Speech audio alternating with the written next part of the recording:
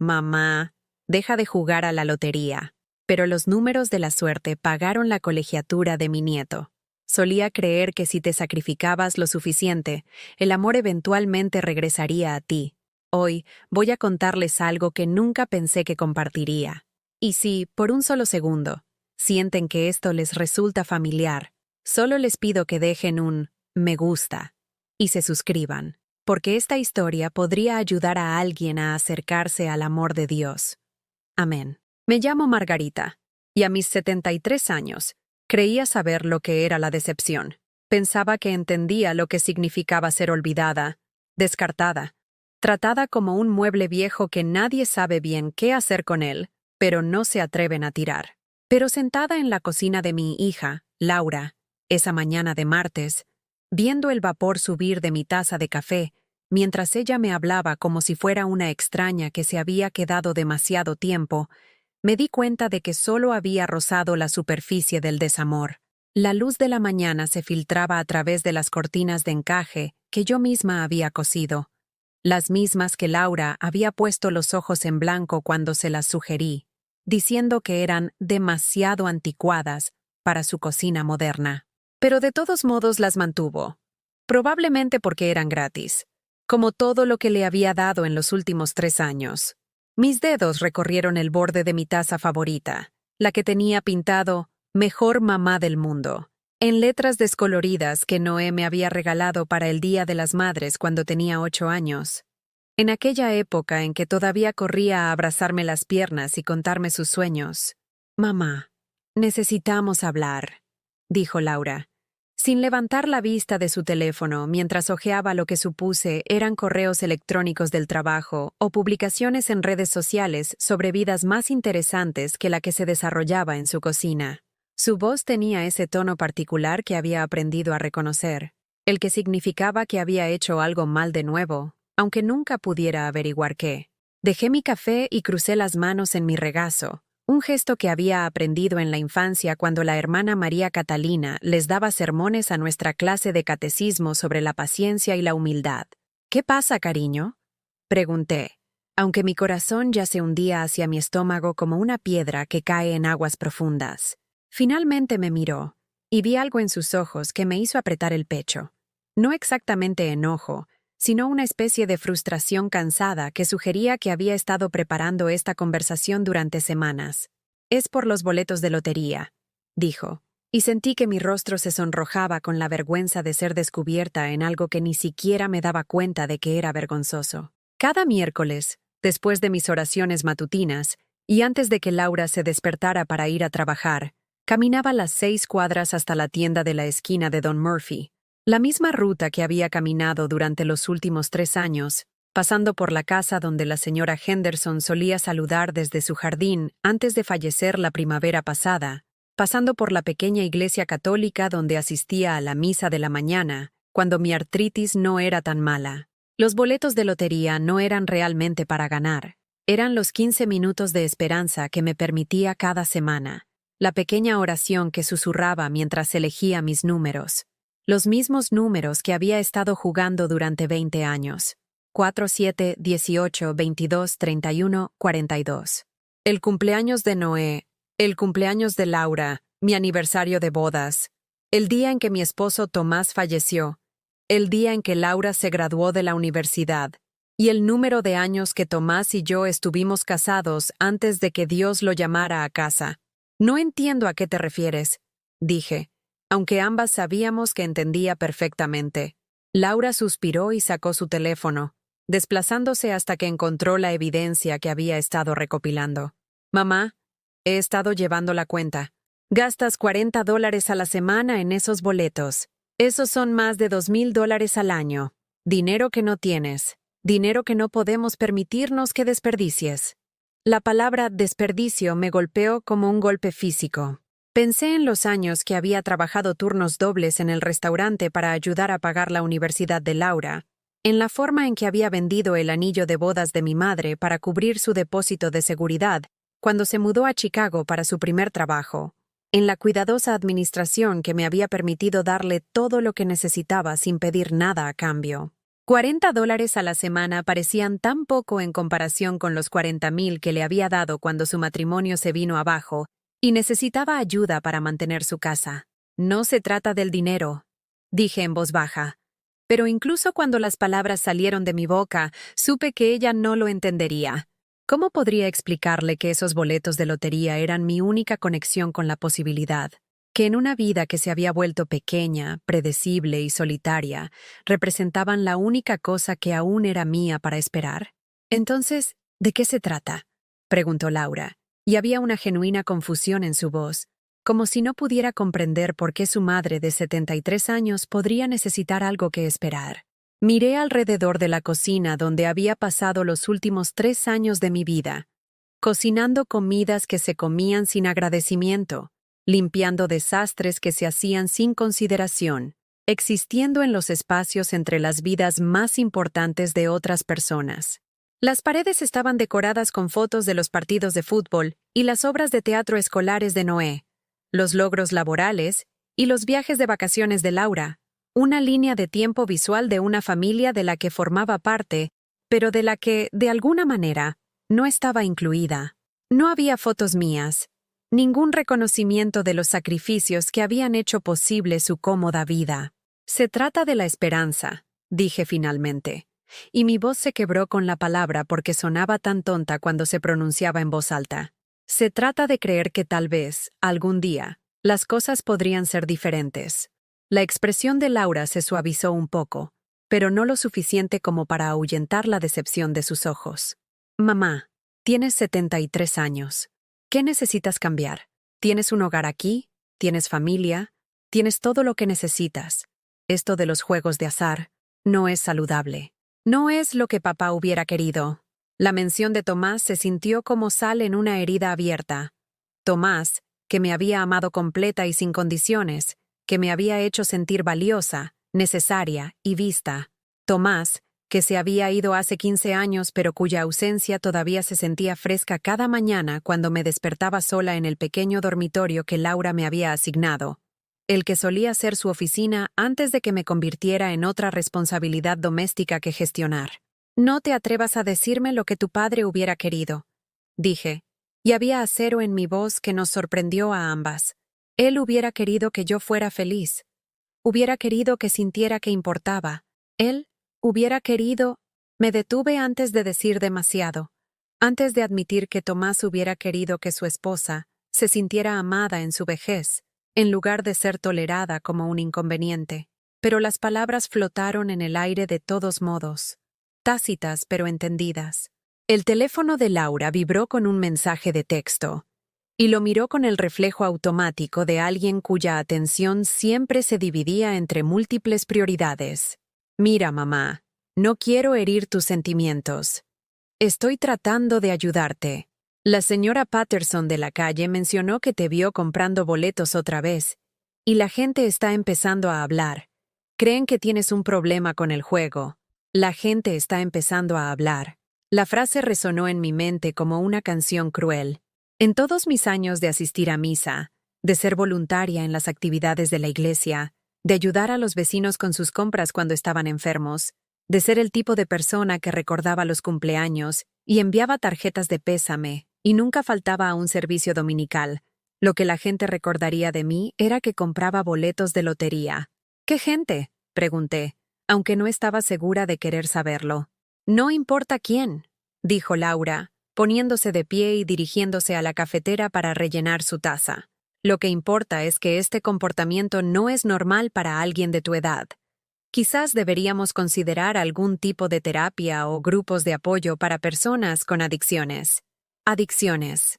La palabra cayó entre nosotras como una bofetada, dura y definitiva y devastadora en su implicación. En la mente de Laura, ya me había transformado de su madre en un problema a resolver, una condición a gestionar, una fuente de vergüenza que necesitaba ser abordada antes de que afectara negativamente su posición en la comunidad. Me levanté lentamente, mi artritis haciendo el movimiento más difícil de lo que debería haber sido, y llevé mi taza al fregadero. El mejor mamá del mundo me daba la espalda mientras la enjuagaba, y me encontré mirando la cerámica blanca y lisa, preguntándome cuándo había dejado de ser la persona digna de ese título, y me había convertido en alguien cuyos pequeños placeres eran considerados patológicos. Esa tarde, mientras Laura estaba en el trabajo y Noé en la escuela, me senté en mi habitación con mi Biblia abierta en los Salmos, buscando consuelo en palabras que me habían sostenido durante periodos oscuros anteriores.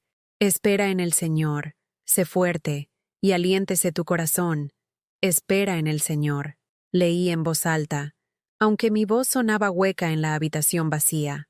Saqué la pequeña caja de madera donde guardaba mis boletos de lotería, no los ganadores, porque nunca los había habido, sino los perdedores que guardaba como flores prensadas o viejas cartas de amor, evidencia de una esperanza que había sido ofrecida y rechazada, pero no del todo abandonada. $40 a la semana, durante 20 años. Laura tenía razón con las matemáticas, incluso si se equivocaba en todo lo demás.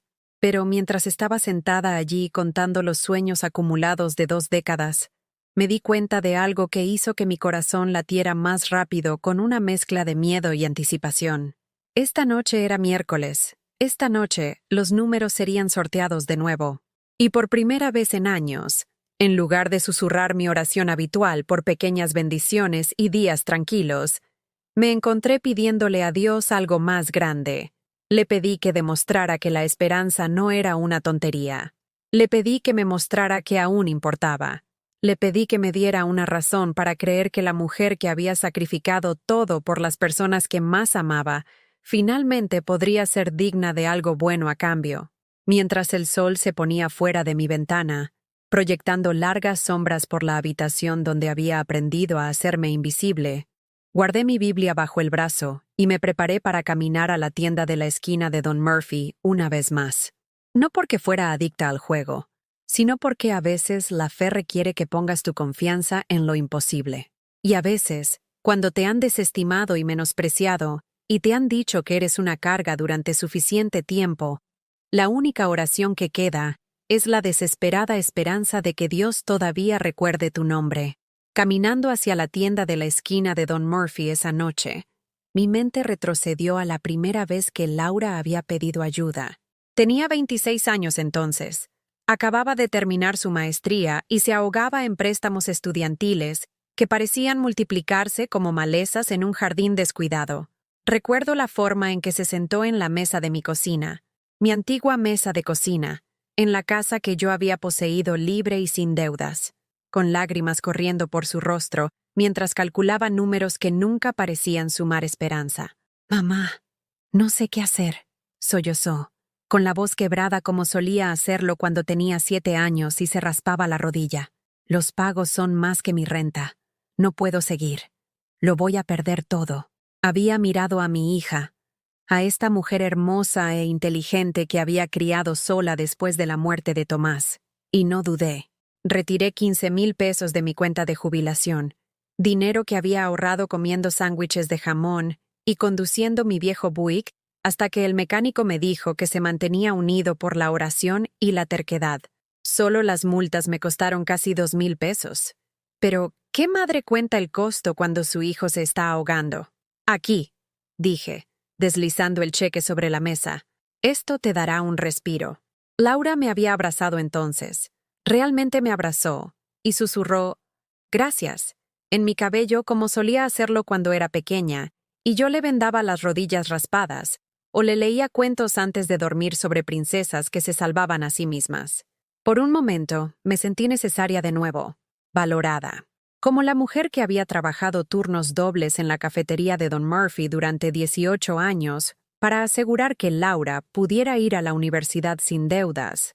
La deuda que de todas formas había acumulado en la escuela de posgrado. Pero la gratitud, aprendí, tiene una fecha de caducidad más corta que la leche dejada al sol. Los gracias se convirtieron en suposiciones. El «no sé cómo pagártelo» se convirtió en «¿podrías ayudarme con una cosa más?» Cuando Laura conoció a Roberto, cubrí el costo de su vestido de novia porque quería algo especial, y su presupuesto era ajustado. Cuando compraron su primera casa, ayudé con el enganche porque las parejas jóvenes merecen un buen comienzo. Cuando Noé nació y los costos de la guardería superaron lo que habían planeado, me mudé temporalmente para ayudar con el cuidado de los niños. Temporalmente se extendió a 3 años y contando. Me detuve un momento, apoyándome contra el familiar árbol de encino que marcaba el punto medio hacia Don Murphy's. Este árbol me había resguardado durante innumerables paseos nocturnos, con sus ramas extendiéndose hacia el cielo como los brazos que levantaba en oración cada mañana y noche. Presionando mi palma contra su rugosa corteza, cerré los ojos y recordé el día en que el matrimonio de Laura comenzó a desmoronarse. Estaba doblando la ropa de Noé en la sala de estar cuando escuché los gritos de arriba. Voces airadas, portazos, el sonido de objetos siendo arrojados contra las paredes. Noé, entonces de 8 años, se había escabullido escaleras abajo y se había subido a mi regazo sin decir una palabra, su pequeño cuerpo temblando mientras el matrimonio de sus padres se desintegraba sobre nuestras cabezas. «Abuela», susurró, «¿se van a divorciar como los papás de Tommy?» Lo había abrazado más fuerte, acariciando su cabello oscuro mientras mi corazón se rompía por este niño inocente atrapado en el fuego cruzado de los fracasos adultos. «No lo sé, cariño», respondí honestamente. «Pero pase lo que pase, eres amado. Eres muy, muy amado». El divorcio había sido rápido y brutal. Roberto, que siempre me había tratado con cortés distancia, se convirtió en un extraño de la noche a la mañana. Él peleó por la mitad de todo, excepto por la responsabilidad, tomando los bienes mientras dejaba las deudas y, por supuesto, dejando el cuidado diario de Noé a Laura y, por extensión, a mí. Cuando Laura no pudo pagar sola los pagos de la casa, no lo dudé. Vendí todo. La casa que Tomás y yo habíamos comprado en 1978, donde planeábamos envejecer juntos en el columpio del porche que él mismo construyó con sus propias manos. Los muebles que habíamos elegido pieza por pieza durante 42 años de matrimonio. La vitrina que mi madre me había regalado, llena de platos que habían servido cenas de Navidad, y pasteles de cumpleaños y comidas ordinarias de los martes por la noche que sabían a amor. Incluso las herramientas de Tomás, cuidadosamente mantenidas en el taller del garaje donde había construido el primer triciclo de Noé, y reparado las fijaciones rotas de los vecinos, sin aceptar nunca un pago. Todo se fue para que Laura pudiera mantener su casa, su estabilidad, su orgullo intactos. «Mamá, te lo devolveré», prometió. Y le creí porque, ¿qué otra opción tenía? ¿Qué madre no le cree a su hijo cuando está en medio de la ruina de su vida, pidiendo una oportunidad más para arreglar las cosas? Pero 3 años después, no hubo mención de pago. Ningún reconocimiento de que había intercambiado mi independencia por su seguridad. Ningún reconocimiento de que había pasado de ser una madre amada a ser una ayuda interna que casualmente compartía su ADN. Las oraciones de la noche se habían convertido en mi refugio durante esos años. Cada noche, después de que Laura y Noé se dormían, me arrodillaba junto a mi estrecha cama en lo que solía ser la oficina y abría mi corazón a Dios. A veces rezaba por la paciencia, a veces por la comprensión, a menudo rezaba por la fuerza para seguir amando sin resentimiento, para seguir dando sin llevar la cuenta, para confiar en que mis sacrificios eran parte de un plan más grande que no podía ver. «Querido Jesús», susurraba en la oscuridad, «ayúdame a ser la madre que Laura necesita, incluso cuando ella no puede ver lo que necesita. Ayúdame a ser la abuela que Noé merece, incluso cuando me siento invisible. Ayúdame a encontrar un propósito en esta etapa de mi vida, incluso cuando me siento olvidada». Pero últimamente, esas oraciones se habían vuelto más difíciles de mantener. Últimamente, me encontraba cuestionando si Dios escuchaba las súplicas de las mujeres mayores agotadas que lo habían dado todo, y, de alguna manera, aún no era suficiente. Reanudé mi caminata. La tienda de la esquina de Don Murphy, ahora visible en la distancia con su familiar letrero de neón parpadeando, abierto las 24 horas, en letras rojas que proyectaban un brillo alentador a través de la calle vacía. El mismo Don Murphy solía estar detrás del mostrador por las noches, un hombre amable de unos 60 años que siempre preguntaba por mi día, y lo decía en serio. Los recuerdos seguían llegando mientras caminaba. cada uno una pequeña herida que había sanado incorrectamente, dejando cicatrices que trataba de ocultarme a mí misma. Estaba la vez que Laura se enfermó de neumonía, y pasé 2 semanas cuidándola hasta que recuperó la salud, durmiendo en una silla junto a su cama, preparando sopa casera y monitoreando su fiebre como si todavía fuera mi niña. Cuando se recuperó, sus primeras palabras no fueron gracias, sino, perdí mucho trabajo. Espero que esto no afecte mi ascenso. Estaba la fiesta de 10º cumpleaños de Noé, donde pasé 3 días horneando y decorando, transformando el patio trasero de Laura en un país de las maravillas de superhéroes completo con disfraces hechos a mano y juegos que había investigado en línea. Laura se había atribuido el mérito de la planificación cuando otros padres elogiaron la fiesta, presentándome a los recién llegados como «mi mamá que ayuda», en lugar de «la mujer que hizo todo esto posible». Estaba la noche en que Laura llegó a casa emocionada por una conferencia de trabajo en San Francisco, su primer viaje de negocios en años. «Mamá, ¿puedes cuidar a Noé el fin de semana? Es una gran oportunidad para hacer contactos». Por supuesto que dije que sí.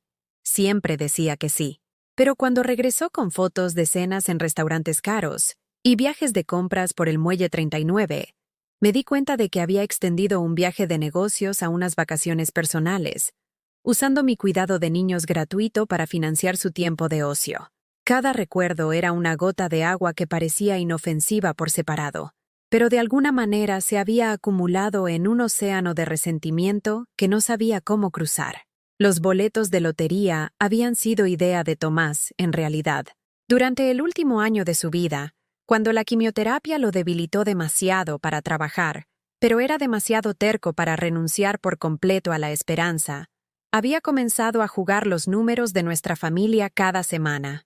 «Maga», decía con la sonrisa torcida que me había enamorado de él a los 19 años.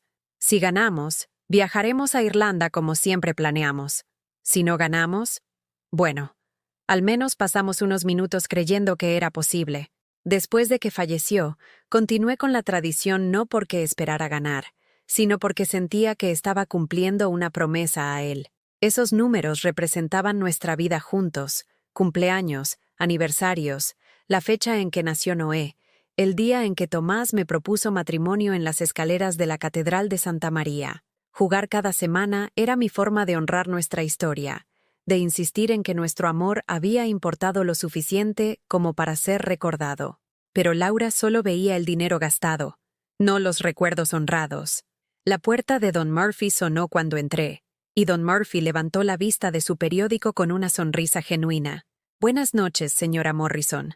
¿Cómo está esta noche?» «Bien, gracias por preguntar», respondí, aunque ambos sabíamos que solo era a medias cierto. «Solo voy a recoger lo de siempre». Extendió la mano hacia el formulario de lotería sin que se lo pidiera, y aprecié su discreción.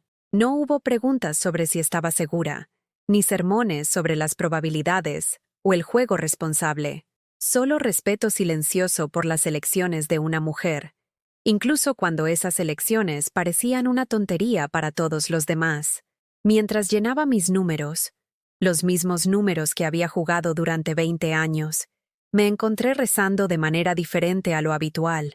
En lugar de pedir paciencia o fortaleza, o la gracia de seguir dando, me encontré pidiendo reivindicación, para demostrar que la esperanza que había estado alimentando no estaba fuera de lugar, para evidencia de que a veces, las personas que lo dan todo merecen recibir algo a cambio.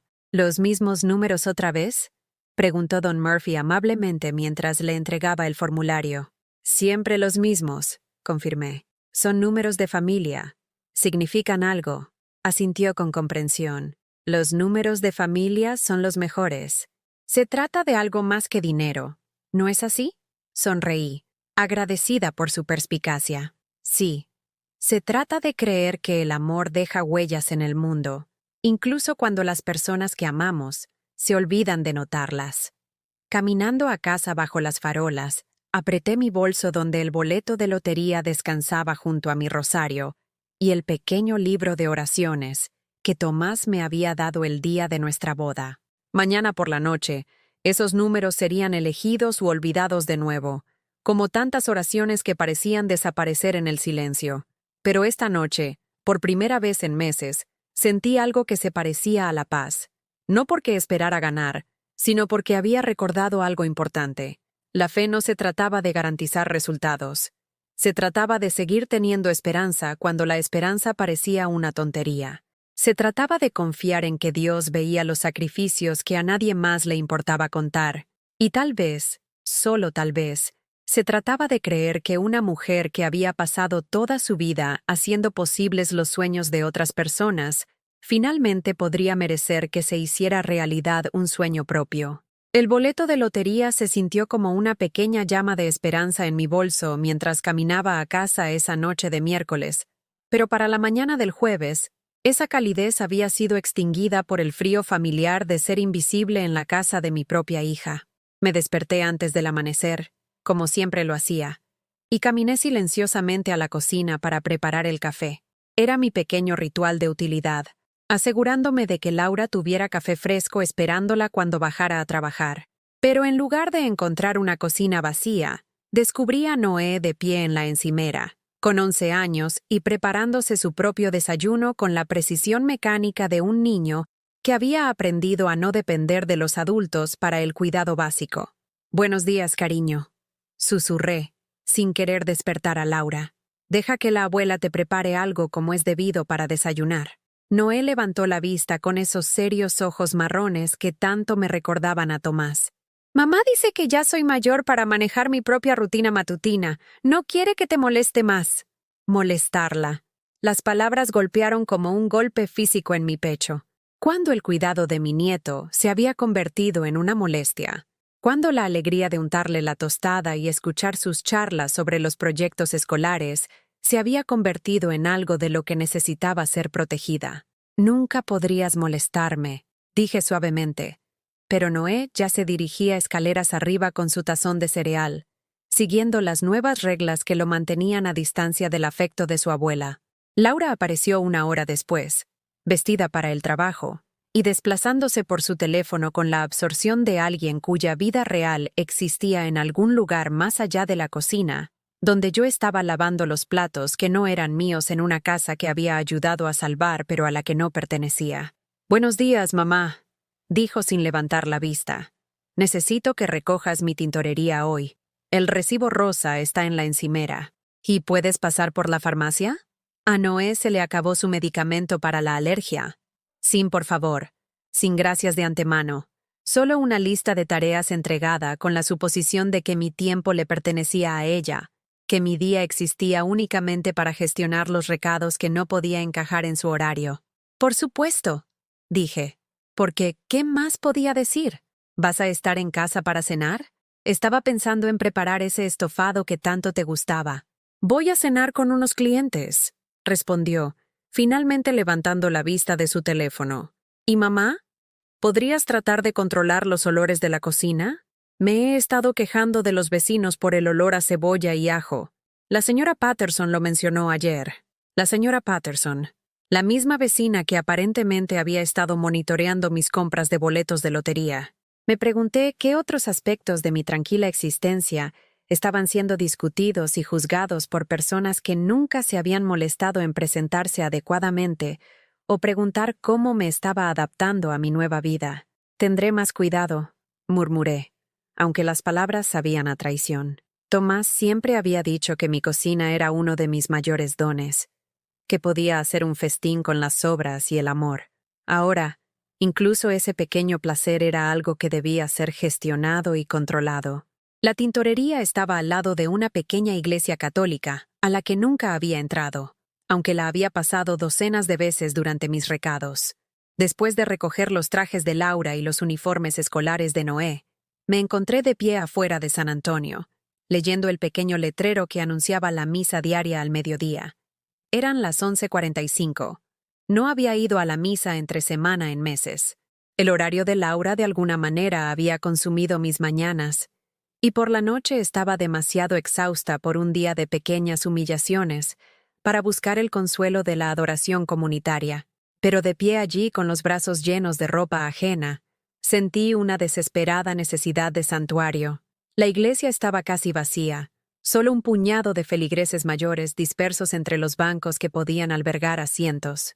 Me deslicé a una fila trasera, colocando cuidadosamente la tintorería de Laura a mi lado, como si estuviera cuidando las responsabilidades de otra persona, incluso en la casa de Dios. El padre Miguel, un joven sacerdote con ojos amables y un acento que sugería que entendía lo que significaba estar lejos de casa, habló sobre la ofrenda de la viuda durante su breve homilía. Ella dio todo lo que tenía, dijo, con su voz resonando suavemente en la escasa congregación. No de su abundancia, sino de su pobreza. Y Jesús la vio cuando nadie más lo hizo. Cerré los ojos y sentí lágrimas que no sabía que estaban esperando. Jesús la vio cuando nadie más lo hizo. ¿Cuándo fue la última vez que alguien me había visto realmente? No como niñera, ama de casa o mandadera, sino como Margarita Morrison, una mujer con sus propios pensamientos, sentimientos y necesidades que importaban. Después de la misa, encendí una vela por Tomás, dejando mis últimos $2 en el cepillo de limosnas. Mientras la llama parpadeaba hasta cobrar vida, susurré una oración que se sentía diferente a mis peticiones habituales de paciencia y fortaleza. «Jesús», dije en voz baja, «estoy cansada de ser invisible. Estoy cansada de darlo todo y que se trate como si nada. Si puedes verme, si recuerdas mi nombre, por favor, ayúdame a encontrar una manera de volver a importar». La tarde trajo una llamada telefónica que destrozó lo que quedaba de mi frágil compostura. La voz de Laura era áspera con irritación cuando llamó del trabajo. «Mamá, la maestra de Noé quiere programar una conferencia con los padres sobre sus calificaciones. Pero no puedo tomarme un tiempo libre del trabajo en este momento. ¿Puedes encargarte?» «Por supuesto», dije automáticamente. «¿Qué pasa con sus calificaciones?» «Sus calificaciones de matemáticas han bajado, y aparentemente se ha distraído en clase. La maestra Henderson cree que podría beneficiarse de clases de refuerzo, pero honestamente, creo que solo está siendo flojo. Tal vez podrías hablar con él sobre esforzarse más». Perezoso. Había llamado a su propio hijo perezoso por tener dificultades con las matemáticas, de la misma manera que había llamado patéticos y tristes a mis boletos de lotería. Parecía que Laura había desarrollado un talento para reducir las complejas luchas humanas a simples defectos de carácter que podían resolverse con críticas en lugar de compasión. Me reuní con la maestra Henderson al día siguiente, sentada en una silla de aula diseñada para alguien mucho más pequeño, mientras la maestra de Noé explicaba que mi nieto estaba emocionalmente retraído y parecía tener preocupaciones adultas inapropiadas para su edad. «Ha mencionado que su abuela vive con ellos ahora», dijo la maestra Henderson gentilmente. «A veces, los niños de su edad se preocupan por la estabilidad familiar, especialmente después de un divorcio. ¿Ha habido alguna discusión sobre asesoramiento o terapia familiar?» «Terapia familiar». Casi me reí, pero habría salido como un sollozo. ¿Cuándo encajaríamos la terapia familiar en el horario de Laura? Entre sus cenas con clientes y mis recados y la cuidadosa coreografía que habíamos desarrollado para evitar conversaciones honestas sobre cualquier cosa que importara. «Lo hablaré con su madre», dije, aunque ya sabía que Laura desestimaría la sugerencia como un drama innecesario. Esa noche, intenté hablar con Laura sobre las preocupaciones de la maestra, atrapándola entre llamadas telefónicas y correos electrónicos en su oficina en casa. La maestra Henderson cree que Noé podría beneficiarse de asesoramiento. Comencé con cuidado. Le preocupa su estado emocional. Laura suspiró sin levantar la vista de su computadora. «Está bien, mamá. Solo se está adaptando a que estés siempre cerca. Los niños necesitan espacio para ser independientes. Que yo esté siempre cerca». Como si mi presencia fuera el problema en lugar de la solución a la necesidad de estabilidad y atención de Noé. Como si la abuela que recordaba sus cuentos favoritos para dormir y ayudaba con la tarea y se aseguraba de que tuviera ropa limpia para la escuela, estuviera de alguna manera perjudicando su desarrollo. «Tal vez si pasáramos más tiempo juntos como familia», comencé. «Ya no somos una familia tradicional», me interrumpió Laura. «Estamos resolviendo las cosas sobre la marcha. Y honestamente, mamá, creo que estás proyectando tus propios problemas en Noé. El hecho de que te esté costando adaptarte no significa que a él le cueste. proyectando mis propios problemas. La frase me siguió a mi habitación esa noche, donde me arrodillé junto a mi cama con mi rosario e intenté rezar superando la creciente certeza de que estaba perdiendo mi fe junto con todo lo demás. Dios te salve, María, llena eres de gracia, susurré, pero las palabras sonaban vacías, mecánicas. El Señor es contigo. ¿Pero lo era? ¿Estaba Dios conmigo en esta pequeña habitación donde existía en los márgenes de la vida de mi hija? ¿Estaba Cristo presente en la interminable serie de pequeñas crueldades que estaban borrando lentamente mi sentido de mí misma? ¿Estaba el Espíritu Santo moviéndose a través de conversaciones donde mis preocupaciones eran desestimadas y mis sentimientos eran patologizados? Saqué mi pequeño espejo, el que había llevado en mi bolso durante 40 años, y miré mi reflejo a la luz de la lámpara. 73 años, con el cabello gris que necesitaba cortar, y líneas alrededor de mis ojos que hablaban de décadas de preocupación y sacrificio. ¿Cuándo me había convertido en esta mujer? ¿Cuándo me había transformado de Margarita Morrison, esposa amada y madre devota, en esta figura fantasmal que se disculpaba por ocupar espacio? El boleto de lotería estaba guardado dentro de mi libro de oraciones, y lo sostuve a la luz como si fuera una reliquia sagrada. Estos números representaban lo último que era verdaderamente mío. Mi esperanza, mi elección, mi pequeña rebelión contra un mundo que había decidido que había terminado de contribuir con algo de valor. ¿Me están probando o simplemente me han olvidado? Susurré a la habitación vacía, mi voz apenas audible incluso para mí misma. La pregunta flotaba en el silencio como incienso, elevándose hacia el cielo con todas las otras oraciones de mujeres desesperadas que lo habían dado todo y se encontraron sin nada que dar. Fuera de mi ventana, el vecindario suburbano se asentaba en otra tarde tranquila, familias reunidas alrededor de las mesas de la cena y los televisores, niños siendo arropados en las camas por padres que aún los veían como valiosos en lugar de gravosos. Apreté el boleto de lotería contra mi corazón e hice una decisión que se sentía tanto imprudente como necesaria. Mañana por la noche, cuando esos números fueran sorteados, o sería reivindicada en mi tonta esperanza, o me vería obligada a enfrentar la realidad de que Dios había dejado de escuchar las oraciones de mujeres mayores agotadas que habían confundido el sacrificio con el amor. Pero esta noche me aferraría a mi pequeña llama de posibilidad y confiaría en que en algún lugar de la oscuridad alguien todavía recordaba que Margarita Morrison había sido una vez una mujer que valía la pena salvar. El viernes llegó con el peso del dolor acumulado y me desperté con el sonido de la voz de Laura que venía de la cocina, no hablando con Noé, sino por teléfono con su hermana Rebeca en Portland. Rebeca, que visitaba 2 veces al año y llamaba cada pocos meses, siempre logrando sincronizar su contacto perfectamente para evitar cualquier responsabilidad real por las luchas de nuestra familia. «Te lo digo, Beca, estoy preocupada por ella», decía Laura, con su voz llevando la preocupación teatral que usaba al discutir problemas que quería que otros resolvieran. «Se está obsesionando con estos boletos de lotería.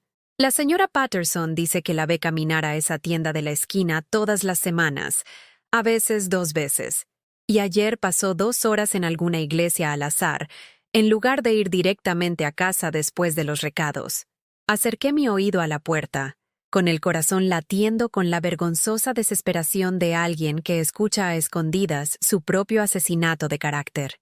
No he hablado con ella directamente sobre eso», continuó Laura. «¿Qué se supone que diga? Mamá, estás actuando como loca. Se pone tan a la defensiva por todo últimamente.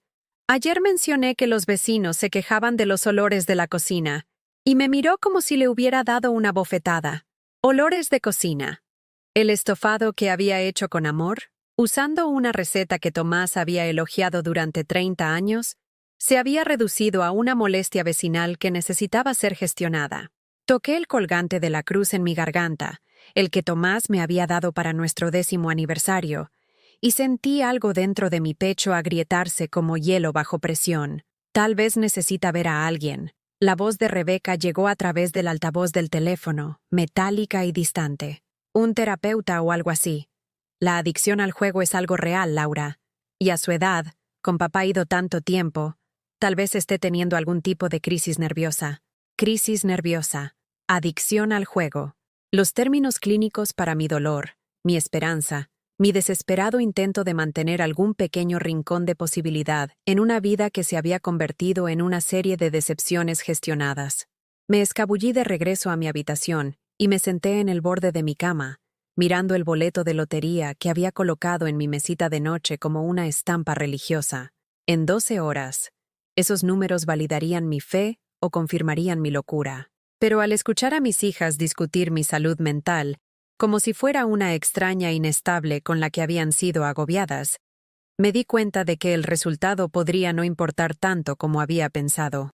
La confrontación llegó esa noche, perfectamente orquestada para el máximo impacto psicológico. Laura había recogido a Noé de la práctica de fútbol y lo llamó a la sala de estar donde yo estaba leyendo mi Biblia, tratando de encontrar consuelo en los versículos sobre la fidelidad de Dios a los que esperan en Él.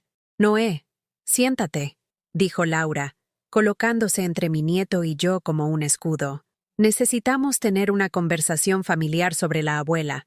La cara de Noé se nubló inmediatamente con preocupación.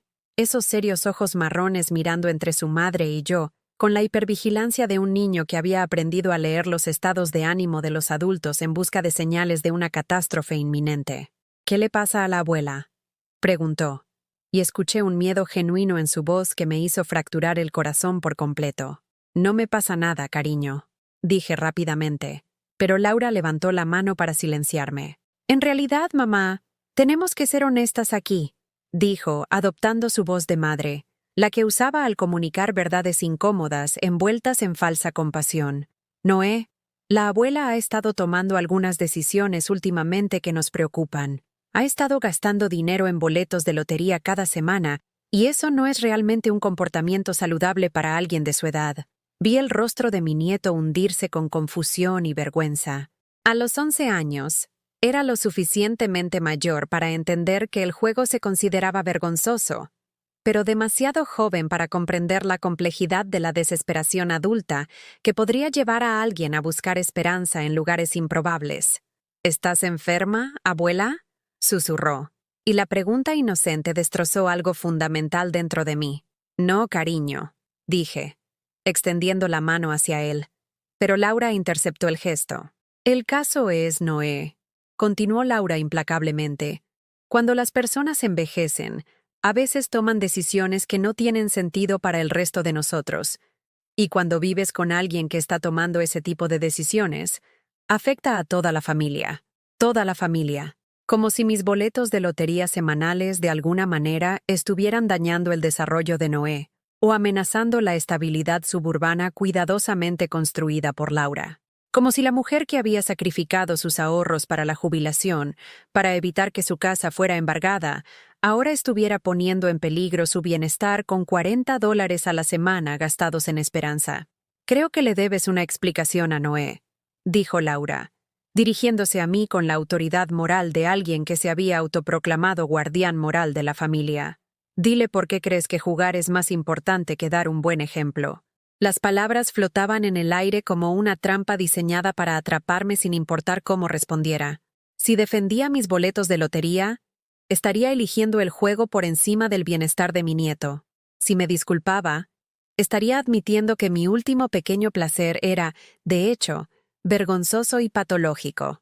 Noé estaba llorando ahora, lágrimas silenciosas que intentaba ocultar mirando hacia sus manos.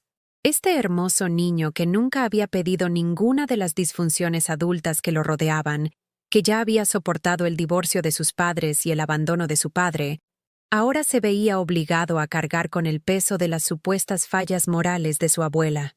«Laura», dije en voz baja, con la voz más firme de lo que me sentía, «esta no es una conversación que deberíamos tener delante de Noé».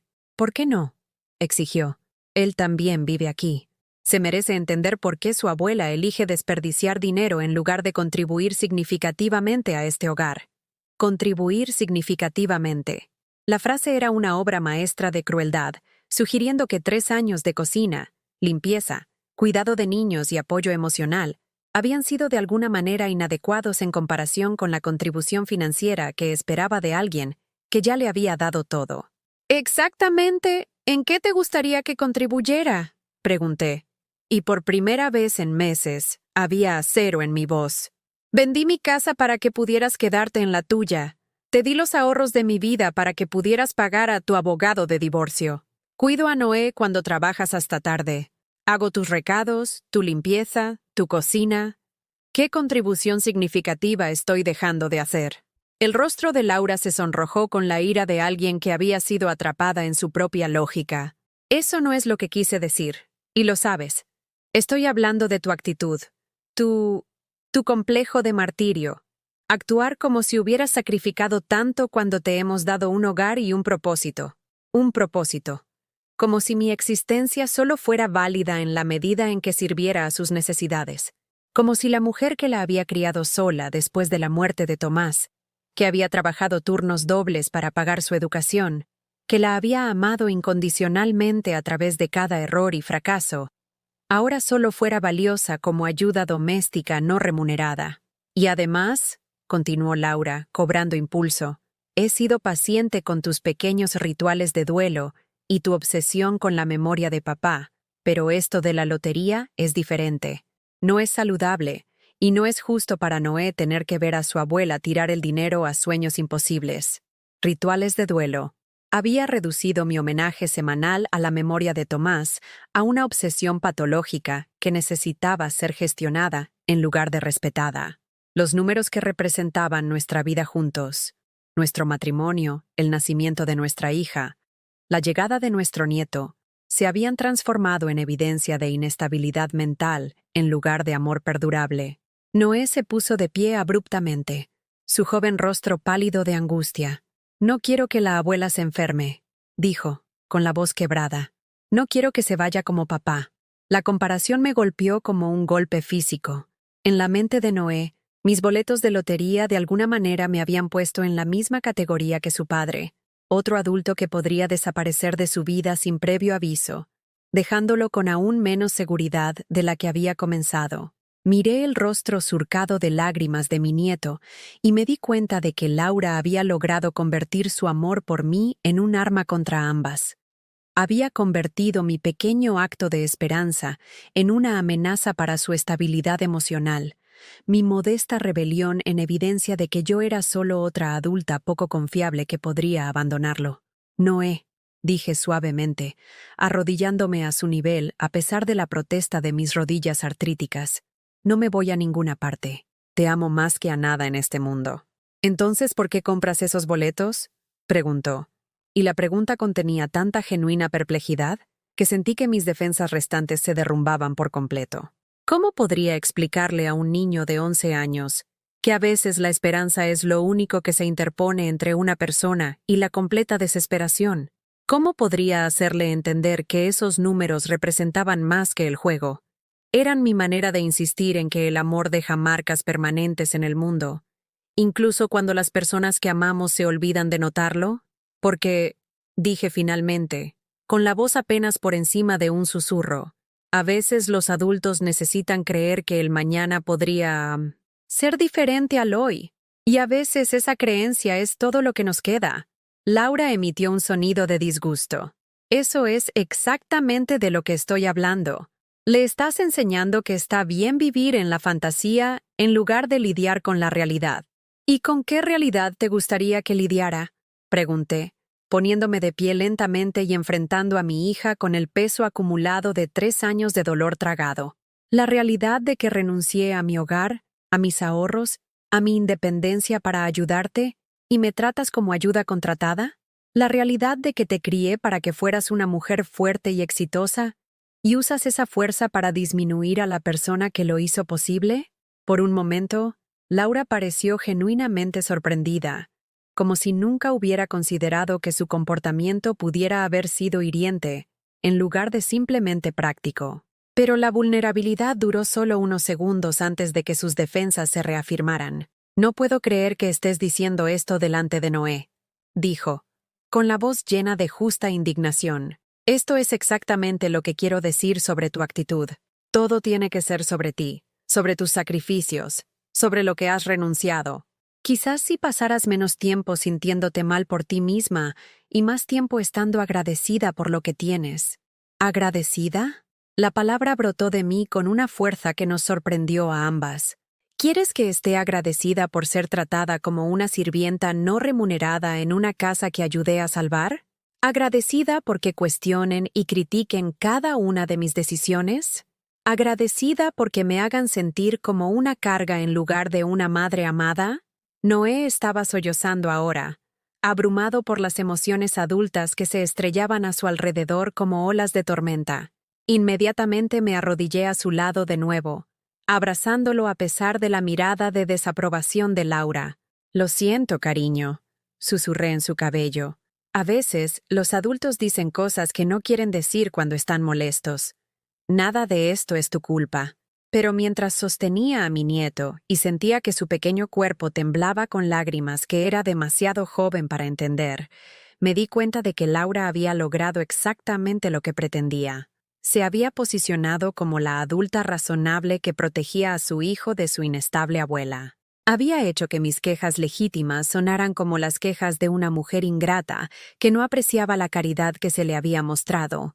Y mañana por la noche, cuando esos números de lotería fueran sorteados, o sería reivindicada como alguien digna de esperanza, o confirmada como la mujer mayor delirante que mi hija aparentemente creía que era. Pero por primera vez en 3 años, me encontré rezando no por paciencia o fortaleza, sino por el coraje de salvarme a mí misma, incluso si eso significaba decepcionar a las personas que había pasado toda mi vida tratando de complacer. ¿Jesús perdonaría esto también? Me pregunté en silencio, abrazando a Noé. ¿Debo perdonar de nuevo? La respuesta, cuando llegó, se sintió como una revelación y un alivio. Sí, podía perdonar, pero el perdón no me obligaba a aceptar un maltrato continuo. Incluso Jesús había volcado mesas cuando fue necesario. El sábado por la mañana llegó con la peculiar quietud que sigue a las tormentas emocionales, cuando todos fingen que las palabras devastadoras pueden ser retractadas y la confianza rota puede ser reparada con una cuidadosa cortesía. Laura se había ido temprano a su clase de yoga sin despedirse, y Noé se sentó en la mesa de la cocina picoteando cereal mientras me lanzaba miradas preocupadas, como si pudiera desaparecer en cualquier momento como lo había hecho su padre. Seguí mi rutina matutina mecánicamente. Café, oración, la cuidadosa coreografía de existir silenciosamente en el espacio de otra persona. Pero algo había cambiado durante la noche. La mujer que se había arrodillado junto a su cama, pidiéndole a Jesús paciencia, había sido reemplazada por alguien que recordaba que el propio Cristo había hablado duras verdades cuando las palabras amables resultaron insuficientes. El sorteo de la lotería era esta noche. 24 años de los mismos números, que representaban una historia de amor que Laura había reducido a un comportamiento patológico, y los vecinos habían transformado en evidencia de declive mental. Pero sentada a la luz de la mañana con mi Biblia abierta a Eclesiastés, leí palabras que se sintieron como una profecía. Todo tiene su tiempo, y todo lo que se quiere debajo del cielo tiene su hora. Mi tiempo de sufrimiento silencioso estaba terminando. Podía sentirlo en mis huesos como la llegada del invierno. Alrededor del mediodía, Noé me encontró en el jardín detrás de la casa de Laura, donde estaba cuidando los tomates que había plantado en contra de sus deseos. Demasiado desordenado, había dicho. Demasiado trabajo. Pero los planté de todos modos, porque Tomás siempre había dicho que un jardín era la prueba de que la esperanza tenía consecuencias físicas. «Abuela», la voz de Noé era pequeña, vacilante. «¿De verdad estás enferma como dice mamá?» Dejé mi regadera y me arrodillé en la tierra a su lado, sin importarme que mis buenos pantalones necesitaran ser lavados. «¿Qué crees, cariño? ¿Te parezco enferma?» Estudió mi rostro con la seriedad de alguien mucho mayor de 11 años. «Te ves triste, pero no enferma, más bien triste herida, de la boca de los niños». Este niño podía ver lo que su madre había elegido ignorar, que mi supuesto comportamiento patológico Era en realidad el dolor de alguien que lo había dado todo y recibido desprecio a cambio. A veces, dije con cuidado, los adultos cometen errores sobre lo que está mal con otros adultos. A veces ven problemas que en realidad no son problemas, como cuando mamá dijo que era vago en matemáticas, pero en realidad no podía ver la pizarra desde la parte de atrás del aula. Exactamente así. Lo acerqué, inhalando el dulce aroma de su cabello que todavía llevaba rastros del champú para bebés que le había comprado. A veces, la gente necesita anteojos para el corazón, no solo para los ojos. Esa noche, Laura regresó de su día libre con una apariencia renovada y justa, como si unas horas de yoga y compras hubieran confirmado su evaluación de la disfunción de nuestra familia. Me encontró en la sala de estar, leyendo mi Biblia mientras la cena se cocinaba en la olla de cocción lenta, una comida que ya había anunciado que no comería porque tenía planes. Mamá, necesitamos terminar nuestra conversación de anoche, dijo, sentándose en la silla frente a mí con la actitud de alguien preparado para administrar una medicina difícil. He estado pensando en lo que dijiste, y creo que podrías beneficiarte de hablar con alguien profesional. Marqué mi lugar en los salmos y cerré el libro suavemente. ¿Qué clase de profesional? ¿Un terapeuta? ¿O tal vez un consejero de duelo? Alguien que se especializa en ayudar a los adultos mayores a adaptarse a los cambios de la vida. Habló con la cuidadosa compasión de alguien que había ensayado este discurso, eligiendo cada palabra para sonar razonable y cariñosa, en lugar de controladora. ¿Y cuáles serían esos cambios en la vida? Laura pareció genuinamente sorprendida por la pregunta, como si la respuesta debiera ser obvia. La muerte de papá, obviamente. Mudarte con nosotros. Ya no tener tu propio espacio. Creo que podrías tener problemas para procesar los ajustes. Problemas para procesar los ajustes. Como si mi dolor por perder mi independencia, mi hogar, mi sentido de mí misma fuera una falla psicológica, en lugar de la respuesta natural a que mi vida se desmantelara pieza por pieza. Ya veo, dije en voz baja. ¿Y en qué me ayudaría este terapeuta? ¿Exactamente? Bueno, lo de la lotería, obviamente, y tal vez tus expectativas sobre la dinámica familiar. Creo que podrías tener algunas ideas poco realistas sobre cómo deberían funcionar las cosas. Ideas poco realistas. ¿Como esperar gratitud por sacrificar todo? ¿O esperar ser tratado con respeto básico en lugar de ser manejado como una mascota difícil? Como creer que la mujer que había criado a una hija sola y la había apoyado en cada crisis merecía algo mejor que ser patologizada por comprar boletos de lotería. ¿Y si me niego a esta terapia? La máscara de compasión de Laura se deslizó ligeramente. No estoy segura de que esa sea realmente una opción, mamá. Quiero decir, todos vivimos aquí juntos. Necesitamos encontrar una manera de hacer que esto funcione para todos. Hacer que esto funcione para todos. El lenguaje codificado de los ultimátums entregados con falsa amabilidad. Sométete a ser arreglada, o busca otro lugar para existir. Me puse de pie lentamente, con mis rodillas artríticas protestando por el movimiento, y caminé hacia la cocina donde mi bolso estaba sobre la encimera. Dentro, junto a mi rosario y el libro de oraciones que Tomás me había dado, estaba el boleto de lotería que representaba todo lo que Laura quería patologizar sobre mi carácter. El sorteo era en 2 horas. A las 9, esos números serían elegidos o ignorados una vez más, y o sería reivindicada como alguien digna de esperanza, o confirmada como la mujer mayor delirante que mi hija aparentemente creía que yo era. Pero de pie en su cocina, rodeada por el peso acumulado de 3 años de pequeñas humillaciones y crueldades casuales, me di cuenta de algo que se sintió como una revelación divina. No importaba si ganaba o perdía. Lo que importaba era que finalmente había reconocido la diferencia entre amar a alguien y permitir que te destruyera en nombre de ese amor. Laura, dije, regresando a la sala de estar donde ella estaba desplazándose por su teléfono, con la atención distraída de alguien cuya vida real existía en otra parte. Quiero que sepas que te perdono. Levantó la vista, sorprendida. ¿Perdonarme por qué? Por olvidar que soy tu madre, no tu empleada. Por tratar mis sacrificios como obligaciones en lugar de regalos. por hacerme sentir como una carga en lugar de una bendición. Mi voz era firme, tranquila, llena de la paz que viene de finalmente decir la verdad en lugar de tragarla. Mamá, no entiendo qué, por reducir mi dolor a patología y mi esperanza a adicción, por hacer que mi nieto se preocupe de que su abuela esté enferma porque se atreve a comprar boletos de lotería con su propio dinero. Me volví a sentar, mirando directamente a sus ojos. Perdono todo. El rostro de Laura pasó por confusión, defensiva y algo que podría haber sido culpa antes de asentarse en la irritación. Creo que estás siendo demasiado dramática. Solo estamos tratando de ayudarte a tomar mejores decisiones. No, dije suavemente. Estás tratando de controlarme porque mi independencia te incomoda. Pero quiero que sepas que entiendo por qué lo estás haciendo, y no te odio por eso. Antes de que pudiera responder, me excusé y fui a mi habitación. A las 8:30, me arrodillé junto a mi cama con mi rosario y recé no por paciencia o fortaleza, sino por claridad, por la sabiduría de saber cuándo el sufrimiento era intencionado y cuándo era simplemente destructivo, por el coraje de salvarme a mí misma, incluso si eso significaba decepcionar a las personas que amaba.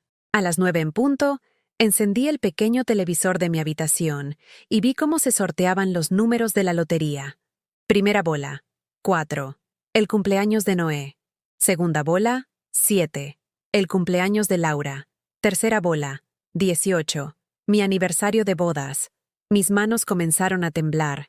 Cuarta bola, 22. El día que Tomás falleció. Quinta bola, 31. La graduación universitaria de Laura. Sexta bola, 42. El número de años que Tomás y yo estuvimos casados. Todos. Cada número que representaba la historia de amor que Laura había descartado como dolor patológico. Cada dígito que honraba la vida que había reducido a una obsesión poco saludable. Me senté en un silencio aturdido, mirando la pantalla del televisor donde mis números brillaban como estrellas contra el fondo oscuro. $2 millones. No lo suficiente para recuperar mi casa o deshacer los sacrificios que había hecho, pero sí lo suficiente para demostrar que la esperanza no siempre es una tontería. Suficiente para demostrar que a veces la fe en cosas imposibles es recompensada de maneras imposibles. No grité, ni bailé, ni lloré de alegría. En cambio, sentí una profunda sensación de reivindicación que nada tenía que ver con el dinero y todo con ser vista. Dios había sido testigo de mi fiel juego de estos números durante 24 años. Había recordado el amor que representaban cuando todos los demás lo habían olvidado. Llamé a la oficina de lotería desde mi teléfono celular, hablando en susurros para evitar despertar a Noé o alertar a Laura de este milagroso giro de los acontecimientos. Sí, tenía el boleto ganador. Sí, podía ir el lunes por la mañana para reclamar el premio. Sí, entendía las implicaciones fiscales y la importancia de obtener asesoramiento legal. Cuando colgué, me arrodillé junto a mi cama de nuevo y susurré la primera oración de gratitud que había ofrecido en meses. Gracias, Jesús, por recordar que Margarita Morrison era una mujer que valía la pena salvar. Gracias por demostrar que el amor deja huellas permanentes en el mundo, incluso cuando las personas que amamos se olvidan de notarlas. Gracias por mostrarme que la esperanza no es patológica, es profética. Esa noche, dormí más profundamente de lo que había dormido en 3 años. No porque fuera rica, sino porque era libre. Libre de elegir dónde vivía, cómo pasaba mi tiempo, a quién permitía que me hablara con respeto o falta de respeto. Libre de amar a mi hija y a mi nieto sin sacrificar mi dignidad en el proceso. Y a la mañana siguiente, cuando Laura inevitablemente descubriera lo que había sucedido, estaría lista para tener la conversación que deberíamos haber tenido hace meses, no como una dependiente que busca permiso, sino como una mujer que finalmente había recordado su propia valía. La ofrenda de la viuda había sido devuelta 1000 veces, pero lo más importante, la propia viuda había sido restaurada a la plenitud. Jesús la había visto en efecto cuando nadie más lo hizo, y su visión había demostrado ser suficiente para cambiarlo todo. La mañana del domingo amaneció clara y brillante, y por primera vez en 3 años, Me desperté sin el familiar peso del temor presionando contra mi pecho. El boleto de lotería estaba en mi mesita de noche como un pequeño milagro envuelto en papel, pero la verdadera transformación no tenía nada que ver con el dinero y todo con recordar quién era antes de permitirme ser menospreciada. Me vestí cuidadosamente para la iglesia, eligiendo el vestido azul marino que Tomás siempre decía que resaltaba mis ojos, y prendí el broche de perlas de su madre en el cuello. Si hoy iba a ser el día en que reclamaría mi vida, lo haría luciendo como la mujer que había olvidado que podía ser. Laura ya estaba en la cocina cuando bajé, bebiendo café y desplazándose por su teléfono con la atención distraída que se había convertido en su estado permanente. Levantó la vista cuando entré, y vi la sorpresa parpadear en su rostro ante mi apariencia. «Te ves bien, mamá», dijo, y había una genuina confusión en su voz, como si hubiera olvidado que era capaz de existir como algo más que ayuda doméstica. «¿Vas a algún lugar especial?» «Misa en San Antonio», respondí, sirviéndome café de la cafetera que había preparado antes. «El padre Miguel da hermosas homilías. ¿Te gustaría venir conmigo, a ti y a Noé?» La invitación flotaba en el aire entre nosotras, cargada con 3 años de domingos, a los que había asistido sola, mientras mi hija y mi nieto dormían o encontraban otras formas de llenar las horas de la mañana. Laura se movió incómoda, atrapada entre la desestimación reflexiva y algo que podría haber sido conciencia. «Realmente ya no vamos a la iglesia», dijo finalmente. «No es que esté en contra, es solo, no es nuestro estilo de vida». No es su estilo de vida, como si la fe fuera un pasatiempo en lugar de un fundamento, algo que debía descartarse cuando se volvía inconveniente, en lugar de abrazarse cuando la vida se volvía difícil. Pensé en la homilía del padre Miguel sobre la ofrenda de la viuda, sobre cómo Jesús vio los sacrificios que a nadie más le importaba notar, y sentí una profunda tristeza por lo que mi hija había perdido en su búsqueda de independencia de cualquier cosa que pudiera exigir gratitud o humildad. «Entiendo», dije suavemente, «pero si alguna de ustedes cambia de opinión, la invitación sigue en pie». La misa en San Antonio se sintió diferente esa mañana, cargada de una electricidad que no podía nombrar del todo. La homilía del padre Miguel se centró en la parábola de la oveja perdida, sobre cómo el buen pastor deja a las 99 para encontrar a la que se ha extraviado. Mientras hablaba sobre la incesante búsqueda de Dios de los olvidados y abandonados, sentí lágrimas correr por mis mejillas. No de tristeza, sino de reconocimiento. Yo había sido la oveja perdida, vagando en un desierto de falta de aprecio y abandono emocional. Pero Dios me había encontrado, de la manera más improbable posible, a través de números que representaban el amor y la pérdida y la persistencia de la esperanza. Me había recordado que valía la pena buscarme. Después de la misa, me quedé en la iglesia vacía, encendiendo una vela por Tomás y susurrando una oración de gratitud que se sentía diferente a cualquier otra que hubiera ofrecido antes. Esta no era la súplica desesperada de una mujer que se sentía abandonada por el cielo, sino la acción de gracias confiada de alguien que finalmente había reconocido la intervención divina cuando llegó. Regresé a casa para encontrar a Laura paseando por la sala de estar con su teléfono pegado a la oreja, con la voz tensa con el pánico controlado de alguien cuyo mundo cuidadosamente administrado había desarrollado una grieta inesperada. «No entiendo, Rebeca», decía. Estaba rara en el desayuno, toda vestida para la iglesia como si fuera a una boda o algo así, y luego nos pidió que fuéramos con ella, lo que no ha hecho en meses. Es como si estuviera teniendo algún tipo de episodio. Incluso mi momento de dignidad había sido patologizado, transformado en evidencia de inestabilidad mental, en lugar de ser reconocido como el resultado natural de una mujer que reclamaba su sentido de sí misma. Noé estaba sentado en la mesa de la cocina, construyendo algo elaborado con legos mientras lanzaba miradas preocupadas hacia la sala de estar, donde la ansiedad de su madre llenaba el espacio como humo. Cuando me vio, su rostro se iluminó con alivio. «Abuela, te ves muy guapa. ¿Te lo pasaste bien en la iglesia?» «Sí, cariño», dije, besando la parte superior de su cabeza. El padre Miguel dio un sermón maravilloso sobre las ovejas. Las ovejas son geniales, dijo Noé, con la fácil aceptación de un niño que aún no había aprendido a avergonzarse de la fe de su abuela. ¿Sabías que pueden reconocer hasta 50 rostros diferentes? No sabía eso, dije, maravillada por su dulce sinceridad. ¿Qué más aprendiste esta semana? Mientras Noé se lanzaba a una explicación entusiasta de varios datos de animales que había absorbido, Laura terminó su llamada telefónica y se unió a nosotros en la cocina. Su rostro mostraba la expresión de alguien que había tomado una decisión difícil y estaba preparado para ejecutarla con la máxima eficiencia. «Mamá, necesitamos hablar», anunció. «Rebeca está de acuerdo en que tu comportamiento últimamente ha sido preocupante. Creemos que sería mejor que hicieras una cita con la doctora Patterson esta semana». Doctora Patterson, la médico de cabecera que me conocía desde hacía 15 años y había sido testigo de mi devoción a Tomás durante su última enfermedad.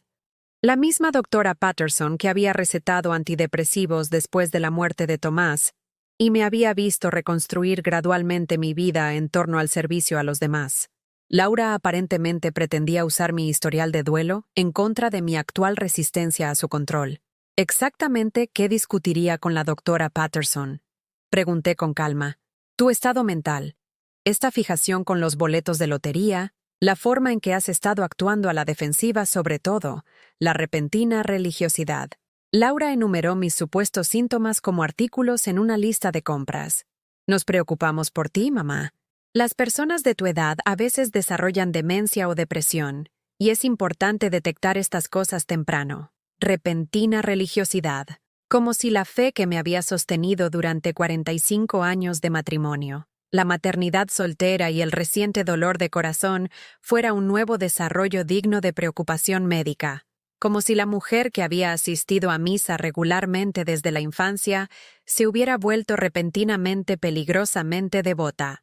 Noé había dejado de construir y estaba observando nuestra conversación con la alerta de ojos muy abiertos de un niño que había aprendido a controlar las tensiones adultas en busca de señales de que su mundo se movía bajo sus pies. «Laura», dije en voz baja, «me gustaría hablar contigo en privado». Me siguió a mi habitación, donde cerré la puerta y me volví para enfrentar a mi hija, realmente enfrentarla, por primera vez en meses. A la luz de la tarde que entraba por mi pequeña ventana, podía ver los rasgos de Tomás en su rostro, la barbilla terca y los ojos inteligentes que me habían hecho enamorarme de él hace décadas. Pero también podía ver la dureza que provenía de años de lucha por el respeto profesional y la independencia emocional. Una armadura que le había servido bien en el mundo corporativo, pero que de alguna manera había transformado a su madre en solo otro obstáculo que administrar. «Antes de que discutamos mi salud mental», dije, metiendo la mano en mi bolso para sacar el boleto de lotería que se había convertido en mi declaración de independencia, «tengo algo que mostrarte». Le tendí el boleto, junto con el correo electrónico de confirmación que había impreso en la biblioteca de la iglesia antes de venir a casa. Laura se quedó mirando los papeles durante un largo momento. Sus ojos se movían de un lado a otro entre los números y la confirmación oficial del sitio web de la lotería, como si estuviera tratando de traducir un texto escrito en un idioma extranjero. «¿Es esto alguna broma?», preguntó finalmente, su voz apenas por encima de un susurro. «Ninguna broma», dije. «Tu patética, mentalmente inestable madre acaba de ganar $2 millones. El silencio que siguió fue tan completo que pude escuchar el sistema de calefacción encendiéndose y el sonido distante de los legos de Noé haciendo clic en la cocina. Laura se hundió en mi cama, aún aferrada a los papeles, con el rostro pasando por incredulidad, conmoción y algo que parecía peligrosamente cercano a la manipulación. $2 millones, repitió, como si decir las palabras en voz alta pudiera hacerlas más comprensibles. Después de impuestos, probablemente alrededor de 1.200.000, dije con la precisa calma de alguien que había hecho la investigación. Suficiente para comprar una casa pequeña, ciertamente. Suficiente para vivir independientemente. Suficiente para demostrar que la esperanza no siempre es una tontería. Los ojos de Laura se dirigieron hacia los míos, y vi el momento exacto en que la conmoción se transformó en algo más. Una desesperada lucha por el control sobre una situación que de repente había cambiado más allá de su gestión. «Mamá, esto es increíble», dijo, y su voz transmitía un entusiasmo forzado que sonaba como vidrio roto. «Podemos pagar la casa por completo. Quizás incluso buscar un lugar más grande, en algún lugar con más espacio para todos nosotros. Todos nosotros». Había pasado de cuestionar mi cordura a planificar nuestro futuro compartido en el lapso de 30 segundos, como si mi ganancia de lotería fuera naturalmente su ganancia inesperada, en lugar de la reivindicación de elecciones que había pasado semanas patologizando. «En realidad», dije suavemente, «he estado pensando en conseguir mi propio lugar de nuevo». Las palabras cayeron como golpes físicos, y vi el rostro de Laura hundirse con algo que podría haber sido pánico genuino. «¿Tu propio lugar? ¿Pero por qué? Somos familia. Se supone que debemos permanecer unidos, especialmente ahora que tienes los recursos para contribuir realmente a nuestro hogar. Contribuir a nuestro hogar. Incluso ante mi independencia financiera, no podía imaginar un escenario en el que yo existiera para mis propios propósitos en lugar de al servicio de los suyos». «Laura», dije, sentándome a su lado en la cama donde había estado arrodillada en oración durante 3 años, pidiéndole a Dios que me ayudara a ser paciente con mi hija ingrata. «¿Recuerdas la última vez que me dijiste gracias? No por algo específico, sino solo... Gracias por estar aquí, por ayudar, por preocuparte». Abrió la boca para responder. Luego la cerró de nuevo, con el rostro sonrojado con la vergüenza de alguien que había sido atrapado en una crueldad inconsciente. «Digo gracias», dijo débilmente. «Me dices qué recados hacer y qué comidas cocinar, y cómo mis olores de cocina molestan a los vecinos», respondí. «Discutiste mi salud mental con tu hermana y me amenazaste con terapia cuando no me conformé con tus expectativas. Usaste a mi nieto como un arma para hacerme sentir culpable por comprar boletos de lotería con mi propio dinero». Cada palabra fue pronunciada con la serena precisión de alguien que finalmente había decidido decir la verdad en lugar de tragarla. No con ira, sino con la pacífica certeza de alguien que había recordado su propia valía. «Pero quiero que sepas», continué, «que te perdono todo. Te perdono por olvidar que soy tu madre, no tu empleada. Te perdono por tratar mis sacrificios como obligaciones. Y te perdono por hacerme sentir como una carga en lugar de una bendición». Laura estaba llorando ahora, lágrimas reales que parecieron sorprenderla con su intensidad. «No entiendo lo que está pasando», susurró. «Pensé que éramos una familia. Pensé que nos estábamos ayudando mutuamente». «Somos familia», dije, tomando su mano. «Siempre lo seremos. Pero el amor no me exige que acepte la falta de respeto. La fe no exige que sacrifique mi dignidad para demostrar mi devoción». Me puse de pie y caminé hacia mi cómoda, sacando la pequeña maleta que había escondido allí hace semanas. No porque estuviera planeando irme, sino porque una parte de mí había sabido que este momento llegaría. «Ya he hecho una cita para ver una pequeña casa cerca del lago», dije. «2 habitaciones, una para mí y otra para cuando Noé quiera visitar a su abuela que recuerda cómo decir que no». Laura se puso de pie abruptamente, el pánico reemplazando las lágrimas. «No puedes simplemente irte. ¿Qué pasa con Noé? ¿Qué pasa conmigo? Te necesito aquí». La admisión flotaba en el aire entre nosotros, honesta y desesperada, y con 3 años de retraso. «Necesitas una ama de llaves», dije suavemente. «Necesitas una niñera. Necesitas a alguien a quien culpar cuando la vida no cumple con tus expectativas. Pero no me necesitas. Margarita Morrison, tu madre, una mujer con sus propios pensamientos, sentimientos y derechos». «Nunca quise hacerte sentir así», dijo, y por primera vez en meses, escuché la verdadera voz de mi hija debajo de la adulta controladora en la que se había convertido. «Lo sé», dije, «pero la intención no borra el impacto. Y no puedo salvarte de aprender esa lección más de lo que puedo salvarme a mí misma al seguir absorbiendo las consecuencias de ella». Subí la cremallera de mi maleta y me volví para enfrentarla una vez más. «Te perdono, Laura, pero ya no te voy a dar la razón. A veces, Lo más amoroso que una madre puede hacer es dejar que su hijo aprenda a valerse por sí mismo, incluso cuando no quiera. Mientras caminaba hacia la puerta, la voz de mi hija me detuvo. ¿Qué se supone que le diga a Noé? Me volví y sonreí. La primera expresión genuinamente pacífica que había usado en su presencia durante meses. Dile que su abuela lo ama lo suficiente como para mostrarle cómo es cuando alguien se valora a sí mismo. Dile que el respeto se gana, no se hereda. Y dile que su habitación siempre estará lista cada vez que quiera visitar una casa donde la amabilidad no se confunda con la debilidad. La expresión en el rostro de Laura cuando salí de esa habitación me perseguiría durante semanas. No con culpa, sino con la profunda tristeza de ver a alguien darse cuenta demasiado tarde de lo que había estado dando por sentado.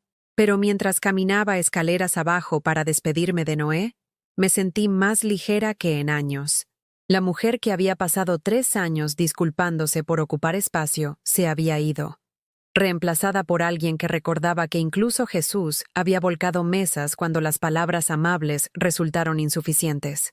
La gracia no me exigía ser un felpudo. La fe no exigía que permitiera la crueldad en nombre de la lealtad familiar. Y a veces, lo más cristiano que puedes hacer es salvarte a ti mismo.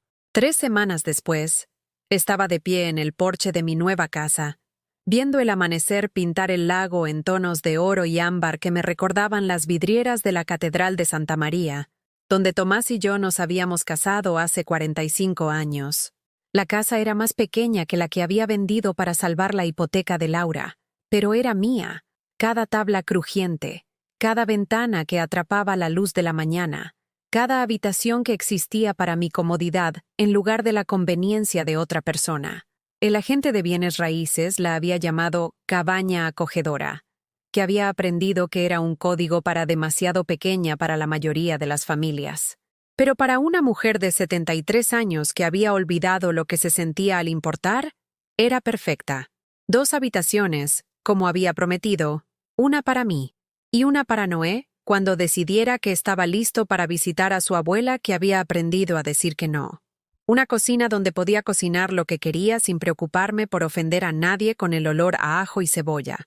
Una sala de estar donde mi Biblia podía estar abierta sobre la mesa de centro sin que nadie pusiera los ojos en blanco ante mi repentina religiosidad.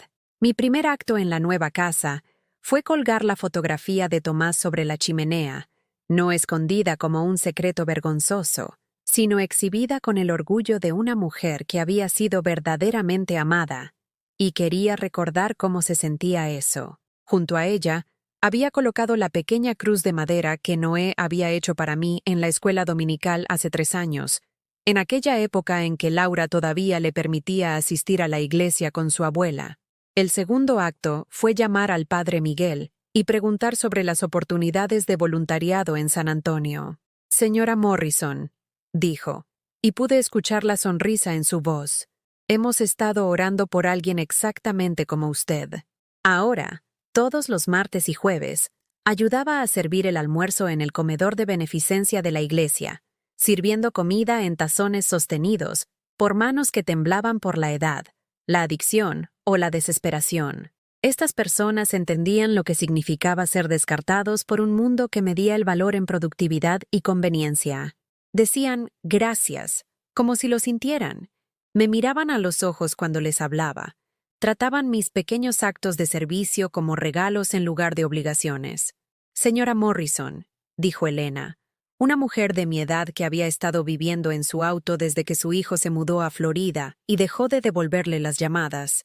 «Ese pan de maíz que hiciste ayer era justo como el que hacía mi mamá. No he probado nada tan bueno en años». Le apreté la mano curtida, reconociendo en sus ojos el mismo dolor invisible que había llevado durante meses. «Hay más de dónde vino eso, querida». «¿Y Elena?» «No tienes que llamarme señora Morrison. Mis amigos me llaman Margarita». La palabra amigos se sintió extraña en mi lengua al principio, como hablar un idioma que había olvidado cómo usar. Pero poco a poco, semana tras semana, estaba construyendo una comunidad de personas que valoraban mi presencia en lugar de mi productividad.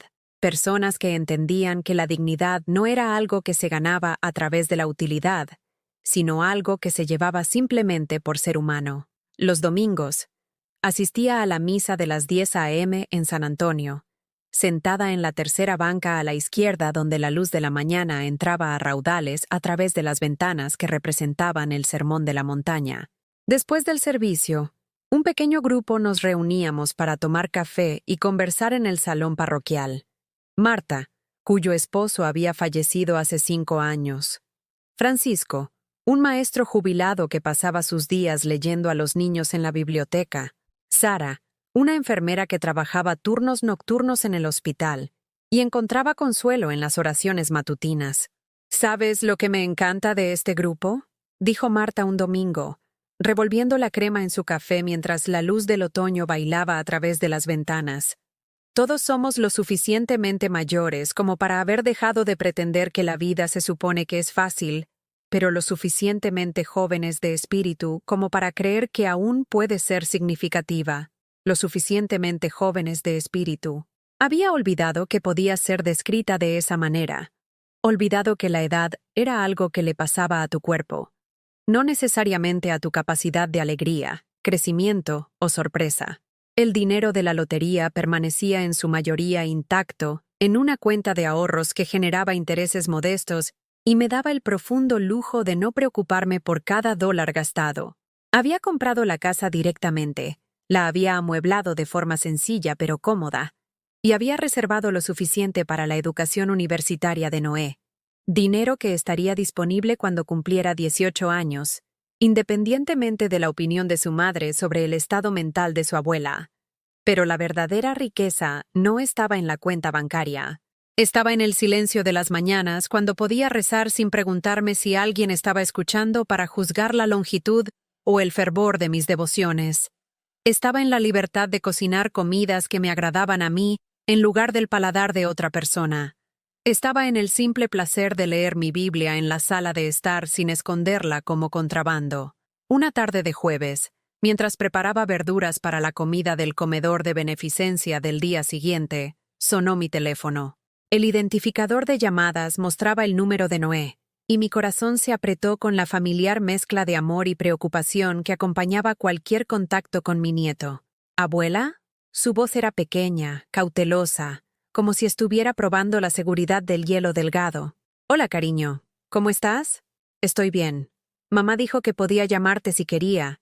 Dijo que ahora tienes tu propia casa. Dejé mi cuchillo y le presté toda mi atención. Así es. Es una pequeña casa junto al lago, con una habitación que te está esperando cada vez que quieras visitarla. ¿De verdad quieres que te visite? La pregunta era tan vacilante, tan cargada de miedo infantil a no ser querido, que tuve que agarrarme a la encimera para mantenerme firme. Noé Morrison, dije con firmeza, eres mi nieto, y te amo más que todas las estrellas del cielo. No hay nada que pudieras hacer, nada que nadie pudiera decir, que alguna vez me hiciera no querer pasar tiempo contigo.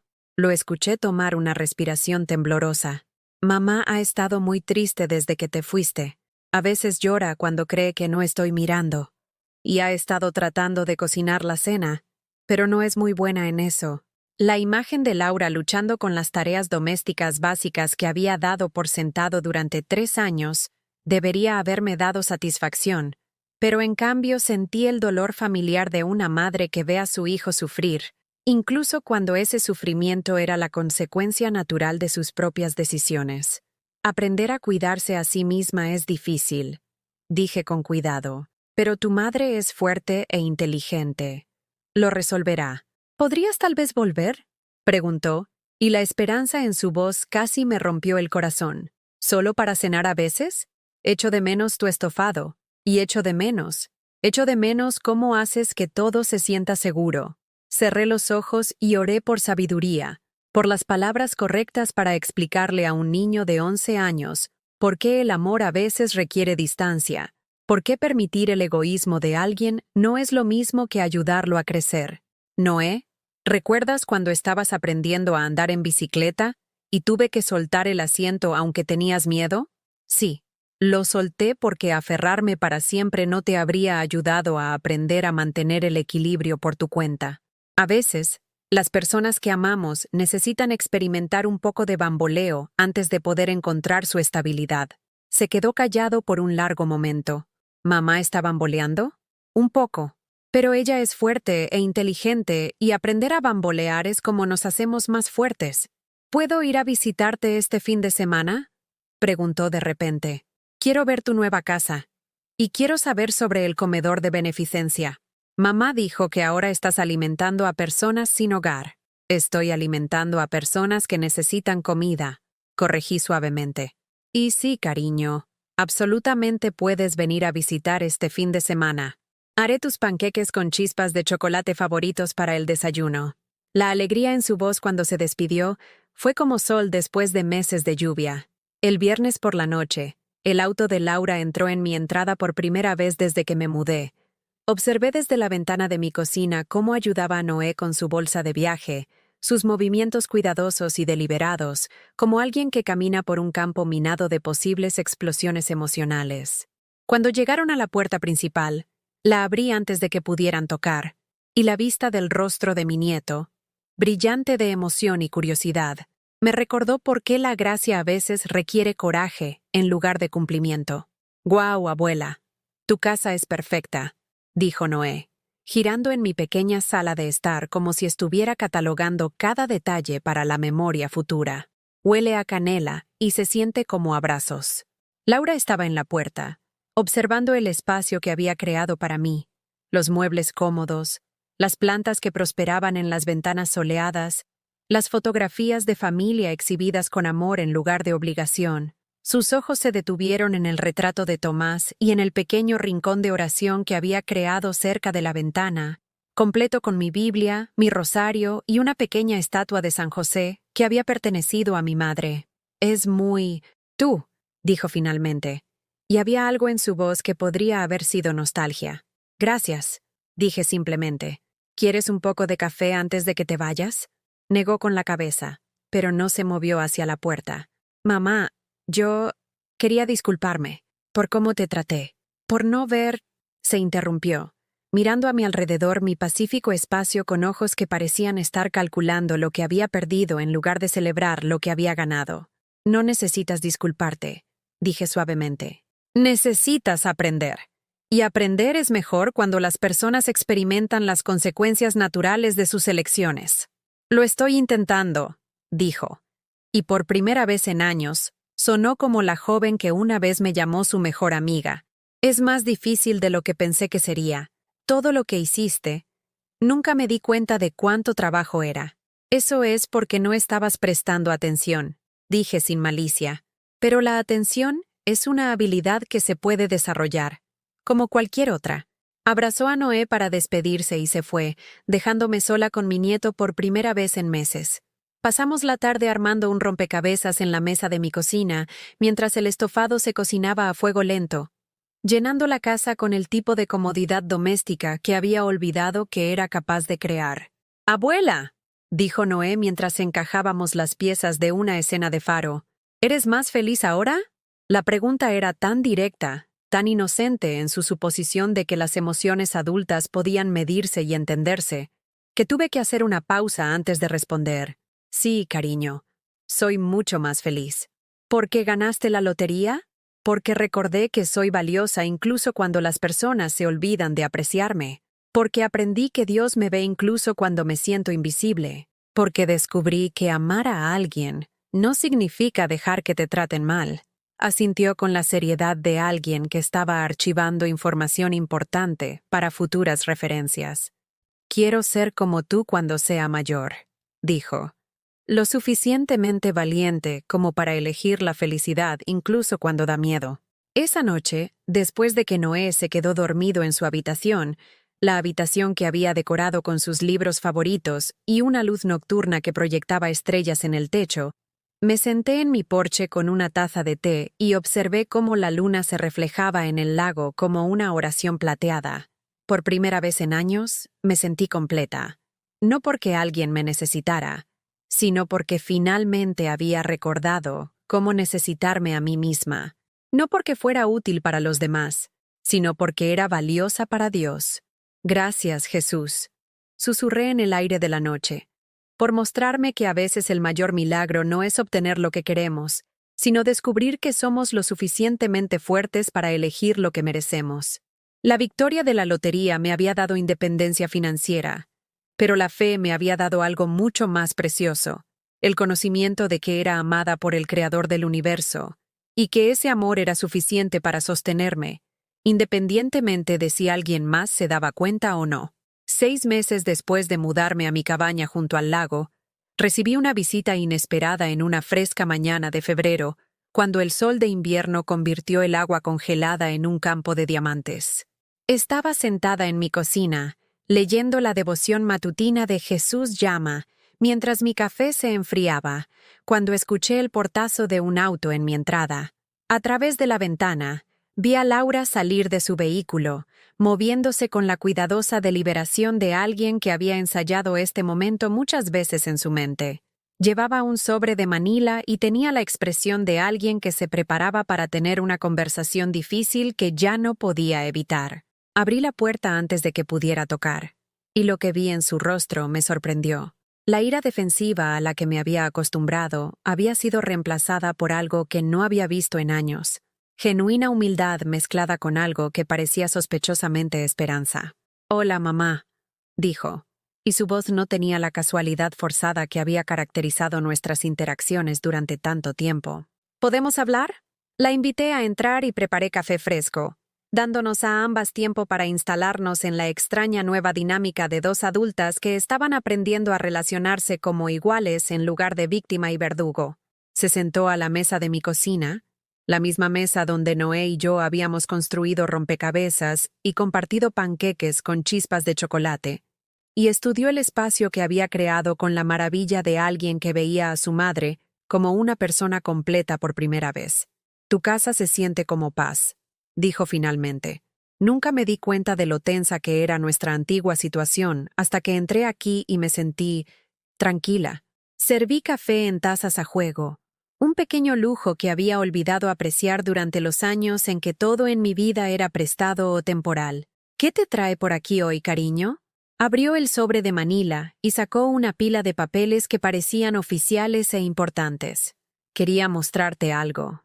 Y decirte algunas cosas que debería haber dicho hace meses».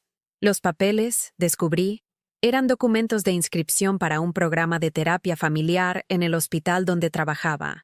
No terapia para mí, como había amenazado antes, sino terapia para ella misma.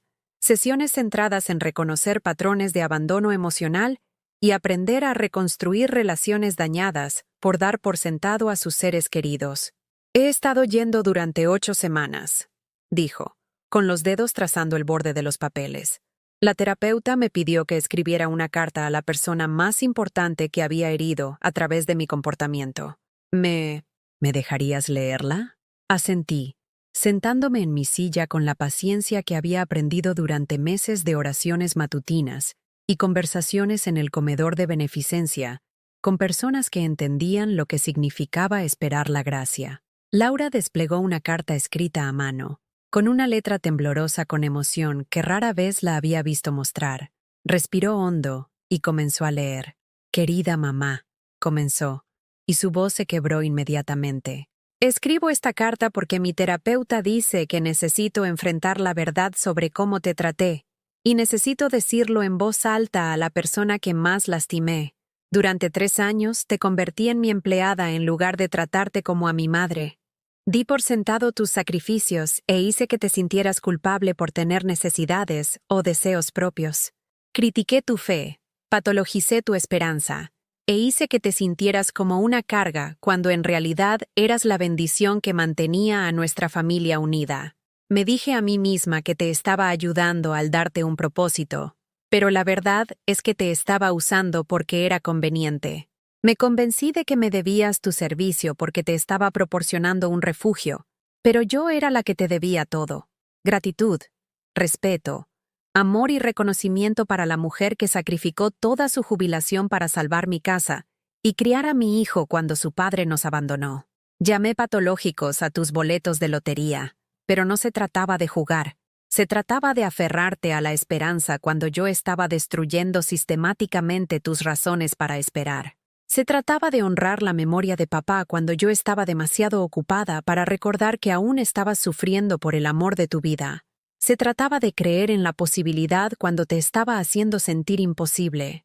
Usé a Noé como un arma contra ti, haciéndote sentir culpable por comprar boletos al sugerir que tu comportamiento lo estaba perjudicando.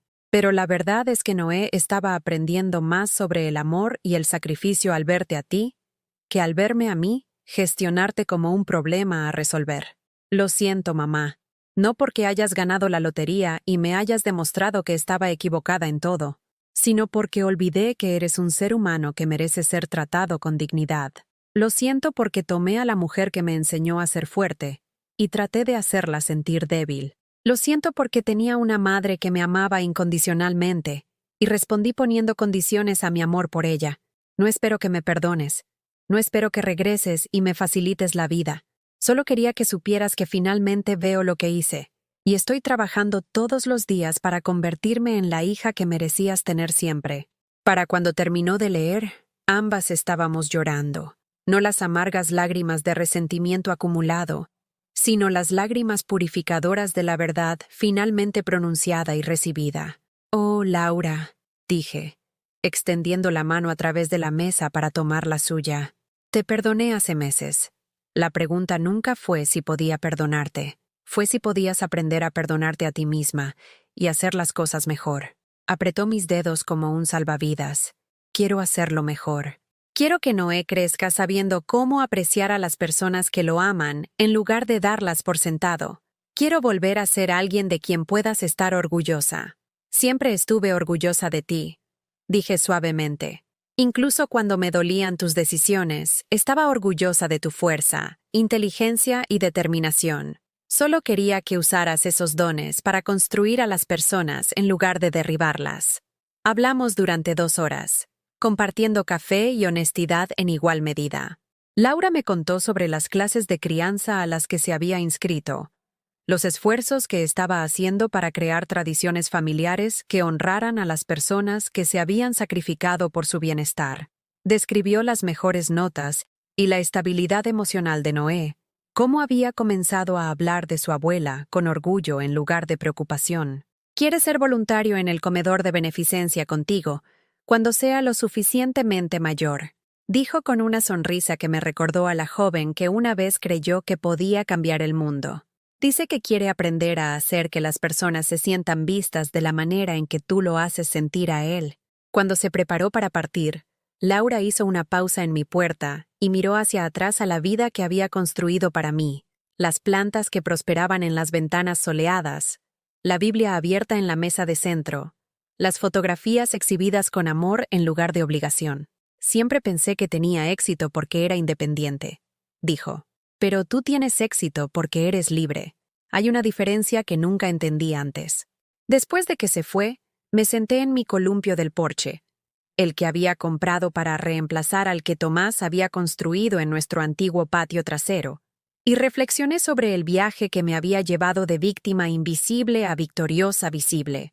La victoria de la lotería había sido un milagro, pero la verdadera transformación había sucedido en mi corazón, donde finalmente había aprendido la diferencia entre el amor sacrificial y la dependencia autodestructiva. Esa noche, en el comedor de beneficencia de San Antonio, serví chile en tazones sostenidos por manos que temblaban por la edad, la enfermedad y la desesperación, y escuché historias que me recordaron lo rápido que la vida de cualquiera podría pasar de estable a precaria.